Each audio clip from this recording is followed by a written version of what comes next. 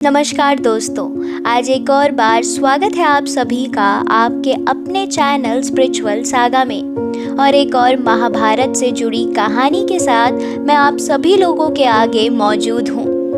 दोस्तों, जैसा कि हम सभी जानते हैं, हर एक खेल को खेलने के लिए दो पक्षों का होना ज़रूरी है, जिसमें से एक पक्ष की होती है जीत तो दूसरे पक्ष की होती है हार। कुछ इसी प्रकार महाभारत के जंग की शुरुआत हुई एक खेल से, जो कि खेला गया पांडवों और कौरवों के बीच। दुर्भाग्यवश इस खेल में हुई पांडवों की हार और कौरवों की जीत, और इसी हार के कारण पांडवों को अपने जीवन के 12 वर्ष बिताने पड़े वन में, और दुर्योधन के आदेश अनुसार पांडवों को उनका 13वां साल छिपकर बिताने के लिए कहा गया।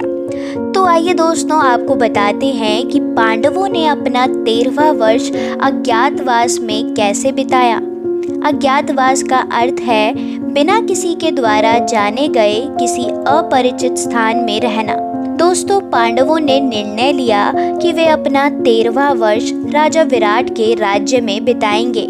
पांडवों ने खुद को राजा विराट के सामने प्रस्तुत किया। युधिष्ठिर ने खुद को कनक भट्ट नामक एक विद्वान ब्राह्मण के रूप में पेश किया, क्योंकि युधिष्ठिर ने शास्त्रों को अच्छी तरह से पढ़ रखा था। राजा ने उसे राज पुरोहित और उनके सलाहकार के रूप में नियुक्त कर लिया। क्योंकि भीम शुरू से ही खाने के बेहद शौकीन थे, इसीलिए उसने वल्लाल नामक का रसोइया बनकर राजा के आश्रम में रहने का फैसला किया। इस प्रकार राजा ने उसे राज रसोइये के रूप में नियुक्त कर लिया। अब जानते हैं अर्जुन के बारे में। दोस्तों, अर्जुन ने खुद को एक ऐसा व्यक्ति बनकर प्रस्तुत किया जो कि ना तो महिला था और ना ही पुरुष। अर्जुन ने अपना नाम बताया वृहनलला। वह एक नृत्य का शिक्षक बन गया। राजा ने उनकी अद्भुत नृत्य कला देखी तो उन्हें अपनी राजकुमारी उत्तरा के लिए एक शिक्षक के तौर पे नियुक्त कर लिया, और नकुल ने खुद को ग्रंथिका के रूप में पेश किया।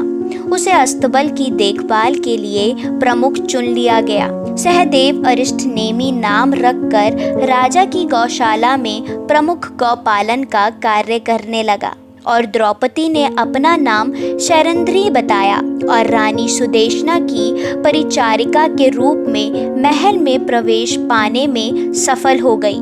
इस प्रकार पांडव और द्रौपदी विराट नगर में कौरवों से बचकर अपना भेष बदलकर रहने लगे।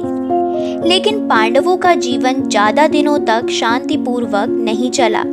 रानी सुदेशना का भाई कीचक, जो राजा की सेना में सेनापति था, उसने एक दिन द्रौपदी को देखा। वह उस दिन का मौका ढूंढने लगा जिस दिन वह द्रौपदी के सामने विवाह का प्रस्ताव रखकर उसे विवाह के लिए राजी कर सके। द्रौपदी कीचक के दुर्व्यवहार से तंग आ चुकी थी। एक दिन उसने भीम को इस बारे में बताया। भीम ने कहा, तुम कीचक से कहो कि तुम आज रात को अपने कमरे में उसकी प्रतीक्षा करोगी। उससे कहो कि वह गुप्त रूप में तुम्हारे कमरे में आ जाए, ताकि उसे कोई देख न सके। और उसी दिन कीचक द्रौपदी के कमरे में चुपचाप चला गया। उसने देखा कि द्रौपदी अपने बिस्तर पर लेटी हुई थी। उसने द्रौपदी के ऊपर पड़ी चादर को खींचा तो बिस्तर पर द्रौपदी के बदले भीम को लेटा देखकर कीचक घबरा उठा। योजना के अनुसार भीम द्रौपदी के कमरे में कीचक की प्रतीक्षा कर रहा था। कीचक भीम के मुकाबले कुछ भी नहीं था, इसीलिए भीम द्वारा तुरंत मार दिया गया। अब अगली सुबह द्रौपदी ने सबको बताया कि किस प्रकार कीचक जब उनके कमरे में आ घुसा और उनसे दुर्व्यवहार करने की कोशिश कर रहा था, तभी एक अज्ञात व्यक्ति ने उसे मार डाला। हर किसी को द्रौपदी की इस बात का विश्वास नहीं हो पा रहा था। जब यह समाचार दुर्योधन तक पहुंचा तो वह समझ गया कि पांडव विराट नगर में छुपे हुए हैं, और यह भीम के अलावा कोई नहीं है जिसने कीचक को मारा है। तो दोस्तों, अब दुर्योधन ने पांडवों को और ज़्यादा परेशान और उनके जीवन में अशांति लाने के लिए विराट नगर के विरुद्ध एक युद्ध छेड़ दिया। दुर्योधन जानता था कि राजा विराट की सेना अभी बिना सेनापति की है। तब पांडवों ने युद्ध लड़ने के लिए कहा।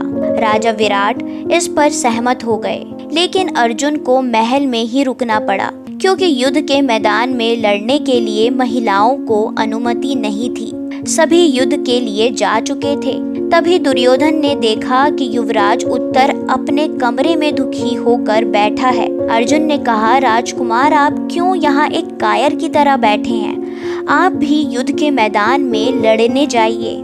तो राजकुमार ने जवाब दिया, मैं कायर नहीं हूँ, लेकिन मेरे रथ को चलाने के लिए सारथी नहीं है। अर्जुन ने राजकुमार का रथ चलाने के लिए कहा और वे दोनों युद्ध के मैदान की ओर चल पड़े। रास्ते में अर्जुन ने अपना रथ एक पेड़ के नीचे रोक दिया। यह पेड़ वही पेड़ था जहां अर्जुन ने अपना धनुष और तीर छिपा रखा था। अपना धनुष और तीर उतारने के बाद अर्जुन ने अपने राजकुमार उत्तर से पूछा कि क्या वह उसके बदले सारथी की जगह ले सकता है। युवा उत्तर यह देखकर आश्चर्यचकित हो गया। फिर अर्जुन ने अपने शंख को बजाया और युद्ध स्थल की ओर बढ़ चला। उसने अकेले ही युद्ध जीत लिया था। दुर्योधन समझ गया था कि वह अर्जुन ही है, लेकिन वह अब कुछ नहीं कर सकता था। तो दोस्तों, इस प्रकार युद्ध खत्म होने के बाद पांडवों का 13वां वर्ष का वनवास भी समाप्त हो चुका था। विराट नगर की जनता बेहद खुश थी। राजा विराट ने पांडवों के प्रति निष्ठावान रहने की कसम खाई और उन्हें आशीर्वाद दिया। इस प्रकार पांडव द्रौपदी के साथ हस्तिनापुर वापस लौट आए। तो देखा दोस्तों, आज की वीडियो में हमने जाना कि किस प्रकार पांडवों ने अपना 13वां वर्ष अज्ञातवास में काटा। किसी स्थान पर अपना परिचय छिपा कर रहना कोई आसान बात नहीं है, मगर दोस्तों, आज की इस वीडियो से हमें सलाह मिलती है कि परिस्थिति कितनी भी मुश्किल और कठिनाई से भरी क्यों ना हो, यदि अपनों के साथ रहकर हम वो समय काटें तो वह भी चला ही जाता है। जिस प्रकार पांडवों ने अपने जीवन के 13 साल आपस में एक दूसरे के साथ प्यार से और सम्मान से रहकर काटे, तो उनका भी यह अशांतिपूर्वक और कठिनाई से भरा समय भी आसानी से चला गया। तो दोस्तों, स्पिरिचुअलिटी से जुड़ी ऐसी अनेकों कहानियाँ और जानने के लिए स्पिरिचुअल सागा को लाइक, शेयर, सब्सक्राइब ज़रूर करें, क्योंकि ऐसी कहानियाँ हम हर रोज़ आपके लिए चैनल पर लेकर आते हैं।